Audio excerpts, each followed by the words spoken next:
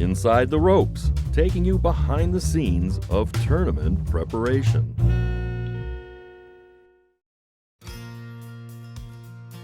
Fine fescue is the one we're managing or trying to manage to grow, and basically its reduced input is the biggest difference between ryegrass or poa annua or anything like that.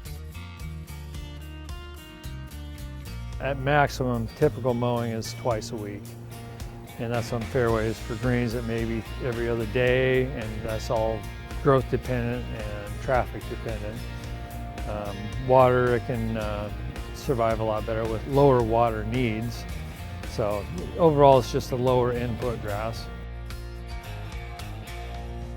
Typically, we look at 1 pound of nitrogen per year per 1,000 square feet per year on the greens.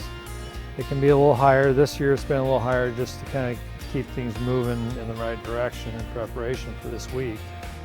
We didn't get our usual cold snap for any extended period this year. We had 2 events of freezing weather, and we had green covers out, so it didn't really affect the green surfaces, which was nice. And then spring was like summer, and now summer's like August.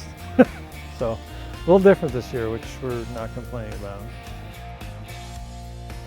Cutting heights, that's where the shocker will come in. In the past, typically I've mowed our fine fescue greens at a 1/4 inch. For this championship, we are a little lower than a 1/4 inch. Cut back on the fertility a little, probably earlier than we would in a normal June, just because we don't want grass growing during the championship. We want to have it pretty much stopped, not dormant per se, but just we don't want to have a lot of clippings to deal with, and we don't want grass growing during the day, and which is working out great because it's an odd problem for the USGA to deal with, being they are used to having grass grow during the day and green speeds slow down during the day. We're actually having them do the reverse; they're speeding up during the day. So it's a little different grass for the USGA to deal with, and it's in a good way for us because we're not having to go out in the evenings and double cut or single cut greens or roll greens at this point. It's just kind of hands off and we're controlling our destiny basically in the morning. You'll see annual bluegrass on the greens, which we don't want, but at this point grass is grass. We can't take it out. There's a little bit of colonial bentgrass on those greens as well.